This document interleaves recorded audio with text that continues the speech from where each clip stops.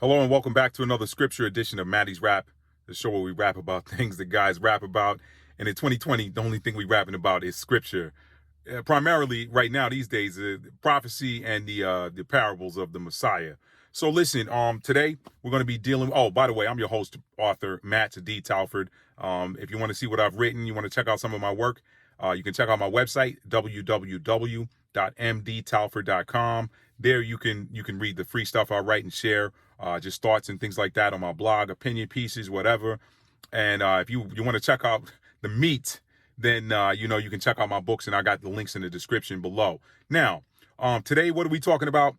We're talking about the parable of the 5 wise virgins and the 5 foolish virgins. Now, understand that in every parable, not everything, because some of the stuff the Messiah said to the Israelites was like straight up, all right? But, oh, by the way, please understand something. If you don't know this, understand that at the time that the Messiah walked the earth, he came here for the purpose of saving his, remember, his name means salvation, okay? Yeshua, okay? Yeshua, okay, Yeshua, bunch of different pronunciation, people pronouncing different things. I'm not going to get all into that. If you're saying Jesus, if your intent is on him or whatever, I don't beat people up for saying what they've been saying their whole life either. Okay, and I'm pretty sure he ain't gonna beat you up either. If you've been calling on him and he's been answering your whole life, he ain't gonna bust you upside your head all of a sudden because somebody said, well, you need to be using the Hebrew rendition of his name. And most of us don't even speak Hebrew right now, because we had the language taken from us via our ancestors and having it beaten out of us or whatever. And there's some other brothers doing some great work on that. So, check out some of the work by brother B'nai Israel on his channel, specifically his Hidden Hebrews videos. Check out Ron Dalton Jr.'s work, Hebrews to Negroes, his movies and documentaries and such. And there's a lot of brothers out there putting a lot of good information out about that. But anyway, let me get back onto this. He came to save the Israelites. Save them from what? Save them from utter destruction. All right? Remember the promise made, the covenant made with Abraham, the covenant made with Moses was that he would prosper us and not ever utterly destroy us. So utter destruction was, we were pretty much on a slippery slope to utter destruction. And that is why the Messiah came to save us from that. All right? That's what salvation was. His name meant salvation. His name means salvation. Now, again, I'm not going to get hung up on the name or the right pronunciation of it, because truth of the matter is most of us here in these United States do not speak the language of our ancestors. All right, we don't speak it. So let me move right along. Now that we understand who he came here for, understand that when he was talking in parables, he was talking in code to those who had an ear to hear. That's why he always said, he that has an ear to hear, let him hear. All right, what we're dealing with right now is the parable of the 10 foolish virgins, or the 10 virgins, the 10 that were going to attend the wedding. Let's skip right to it. Get right here to Matthew 25. All right. Then shall the kingdom of heaven be likened unto 10 virgins, which took their lamps and went forth to meet the bridegroom. And 5 of them were wise, and 5 were foolish. They that were foolish took their lamps and took no oil with them, but the wise took oil in their vessels with their lamps. While the bridegroom tarried, they all slumbered and slept, all 10 of them, okay? And at midnight there was a cry made, Behold, the bridegroom cometh, go ye out to meet him. Then all those virgins arose and trimmed their lamps. And the foolish said unto the wise, Give us of your oil, for our lamps are gone out. But the wise answered, saying, Not so, lest there be not enough for us and you. But go ye rather to them that sell and buy for yourselves. And while they went to buy, the bridegroom came, and they that were ready went in with him to the marriage, and the door was shut. Afterward came also the other virgins, saying, Lord, Lord, open unto us. But he answered and said, Verily I say unto you, I know you not. Watch therefore, for ye know neither the day nor the hour wherein the Son of Man cometh. For the kingdom of heaven is as a man traveling. I'm going to skip there. I'm going to stop at verse 13. Watch therefore, for ye know neither the day nor the hour wherein the Son of Man cometh.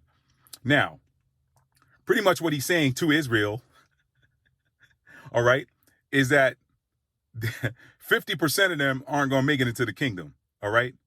What is the wedding? The wedding is the marriage of the Messiah or the Son of Man to the bridegroom to the bride. The bride is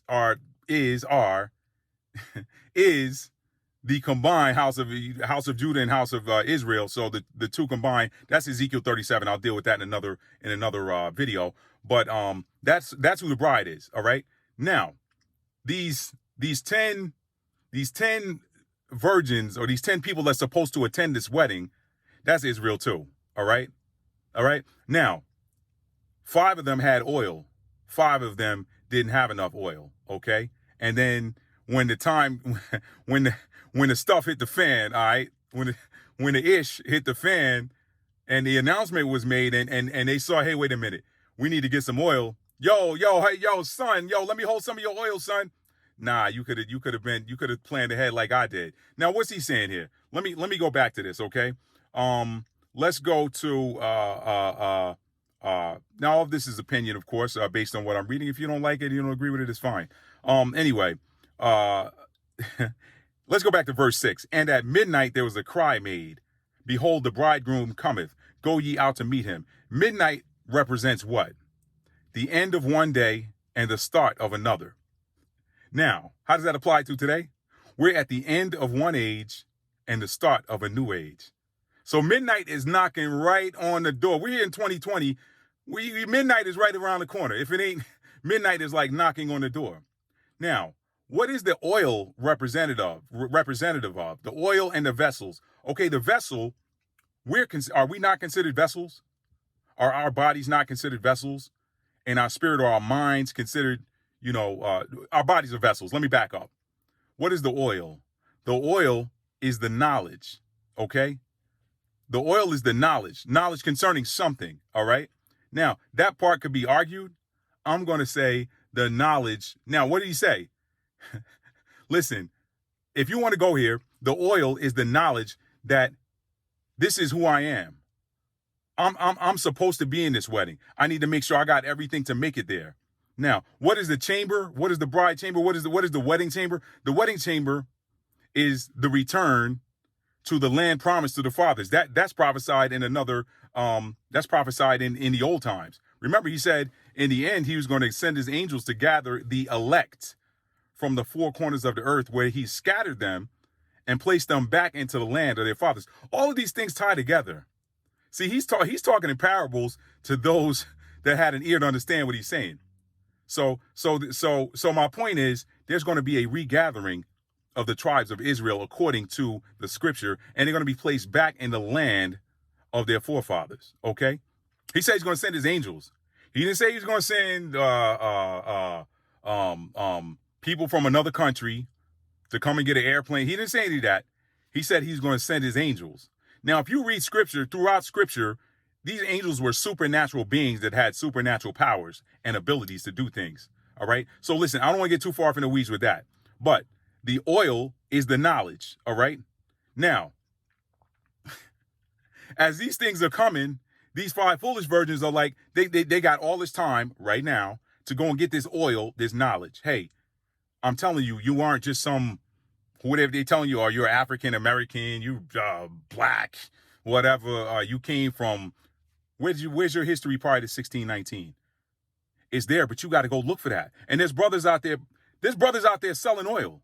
There's brothers out there selling oil, but some of you don't want to buy it because you're like, oh man, that oil ain't no good. Knowledge.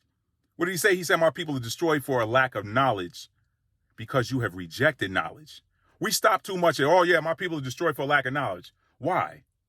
If you read anything I've written, you know that the central theme behind everything I write, or the central theme that is the central undertone of everything that I write, is that with every what, there's a connected why. All right? So you got to ask why. If the what is my people are destroyed for a lack of knowledge, why? Why is that? Because you reject knowledge. So these brothers are giving it to you, but some of us are in this state of mind where it's like, well, if a certain person, if it didn't come from this university, or if it didn't come from this renowned European scholar, or if it didn't come from this renowned Jewish scholar or whatever, then it's not legit. Okay. All right. So if I look like you and I'm telling it to you, it's not legit unless it's been verified by somebody who doesn't look like me. That's how a lot of us are. You know this. If you're watching this video, you know this. You know a lot of us are like that. Okay. In fact, anyway, I'm not gonna get off in the weeds. So remember, I told you if you watch my other video, the filter's off. I'm not coddling anybody anymore. I'm not trying to massage my words so as not to offend. Remember, my t-shirt, no righteous man is offended by truth. If the truth offends you, examine your heart. Now, so let's get back on this. So that oil is the knowledge. So why they went and tried to go get that knowledge, when they came back, they couldn't get in. So whenever this reestablishment takes place, they're going to be like, hey, I'm here. I'm here. I'm here. There's another scripture that says many will come from the east and west to sit down with Abraham, Isaac, and Jacob in the kingdom, but the children of the kingdom go. You know what? I'll deal with that another time. That's another lesson. Listen, I'm going to wrap this. I'm going to get ready to wrap this up. But I think the thing that I found interesting in this is that, remember, everything that the Messiah is talking about with these parables is end time prophecy concerning the house of Israel, the tribes of Israel. Okay, Judah and Israel, the kingdom of Judah, kingdom of Israel. Ezekiel 37 said they're going to be rejoined. A lot of interesting times we're in right now. A lot of interesting stuff in this scripture. Okay, the last thing I'll say on this is it is very interesting to me. There appears to be this pattern of a 50% reduction, or 50%, half of these Israelite, half of the kingdom, half of the children of the kingdom making it into the new restored, reestablished kingdom, the new kingdom, and another half being left out.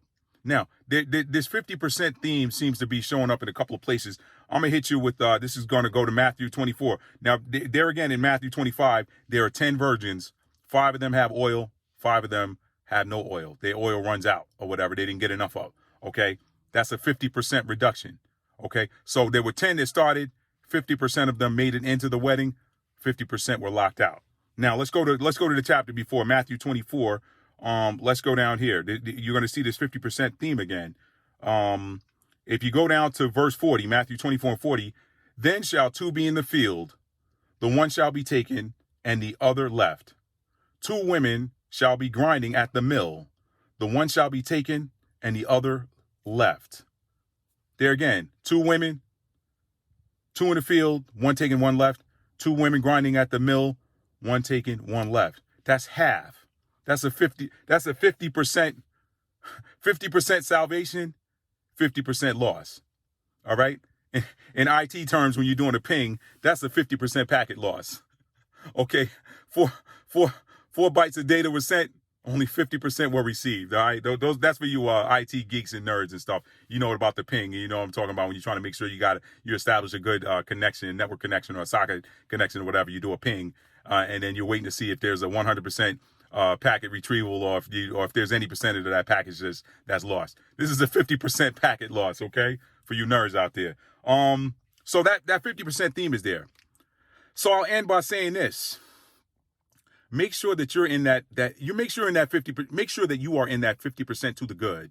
All right, make sure that you're in that 50% to the good. Now, I'll end by saying this: I got friends who are still in the so-called Christian faith, whatever that is. I mean, go check out Benaiah Israel's Hidden Hebrews 4, The Christian Slave, and you'll see why I said that. All right. Hidden Hebrews 4, The Christian Slave. That's by Benaiah Israel. It's on YouTube. Check it out. I'll throw a link in the description for those of you guys watching. But yeah. Where was I? Oh, I said make sure that you're in that 50% to the good. Oh, that's what I was saying. I was saying some people in the Christian faith, they say, well, Matt, man, man, so it sounds like what you're saying is, oh man, that ain't right, man. It's a you problem. You brothers that call yourself Israelite. First of all, let's not even go there. Israelite is an ethnicity, all right? It's not a religion. But anyway, I'm sorry. Hebrew's the ethnicity. Israelite is the lineage. All right.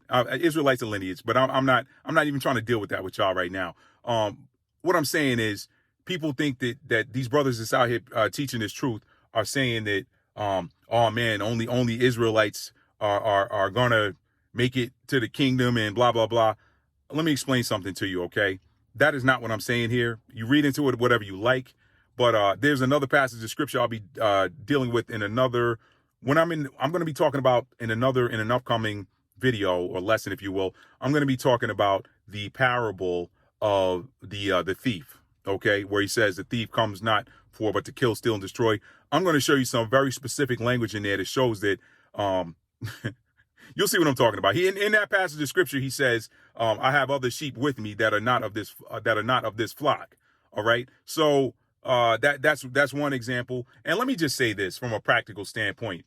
There are things that worked out in our behalf while we've been in this captivity over here, where non-Israelites, where Gentiles have made a way for us to escape off the plantation. The Underground Railroad could not have worked without the assistance of some righteous Gentiles. So therefore, let me tell you something. The Most High don't throw away anything. You want the example? Go to the Old Testament example of when Joshua and his forces were casing the joint. And I believe her name was Rahab, was it? The harlot from Jericho. She let them up in the window and gave them lodging and said, hey, look, when y'all come, I know y'all God. I heard the stories. I know how he gets down. When y'all come through here and tear the joint up, look, just spare me and my son. Make sure we're going to be all right. And what did they do? They honored that. So the Most High don't throw away anybody that has been good to his children. He said that in, I believe it was the 5th chapter of Deuteronomy, I believe it was. He said, I will bless them to bless you and curse them to curse you. Something to that effect. So y'all stop with this nonsense, man. If it's some righteous Gentiles out there living righteously and doing right by righteous Israelites, notice I said righteous in both cases. See, I got to understand the Most High, he sees in two colors, righteousness and unrighteousness. All right. He's not going to deal with you just because if you unrighteous, he's not going to deal with you just because you're an Israelite. Heck, it was, you know what? I'm going to cut this off. But let me just say there were some unrighteous Israelites that helped to speed up the demise of the homeland back in when the war started in 66 AD. All right, and ended in 70 AD. There's some unrighteous Israelites that assisted with the destruction of the homeland. All right. So go to my website www.mdtalford.com and check out some of my writing. And guys, listen, check out the links in the description below if you want to see what I've written. I've written 3 very good books. One of them is a niche book. So if you're a tennis player, you got to get a copy of Captain's Mate. If you're not a tennis player, there's still some great leadership principles in that book. But the other 2 books, my multiple award-winning book, From Fear to Faith, A Survivor Story, is all about how mindset can help you overcome any challenge in life, regardless of whether it's physical, spiritual, mental, whatever. Mindset is the key to winning. Mindset is the key to victory. All right. Mindset is the key to moving from fear to faith. That's a mindset. All right. And then, of course, Stuck in an Elevator is a fictitious tale about passion that takes place high above the Los Angeles skyline. That may sound salacious to some of you, but when you get in the book and read the dialogue, you're going to see it's a very surprising piece of writing. It's fiction, but it deals with some real stuff. All right. So that's about all I got for y'all today. Listen, if you like this video, give it a thumbs up. Please subscribe and hit the notification bell so you can be notified of when I do a new upload, because you know how these platforms work. Sometimes you see them, sometimes you don't. But if you hit the notification bell, then you'll always get those notifications when there's a new upload. And last but not least, if this video benefited you in any type, way, shape, or form, share it with a friend. All right. That's about all I got for you tonight, family. Peace, and have a great one. And listen, I love you guys. Tell somebody you love them and mean it, but most importantly, show it. Time for dinner. Peace.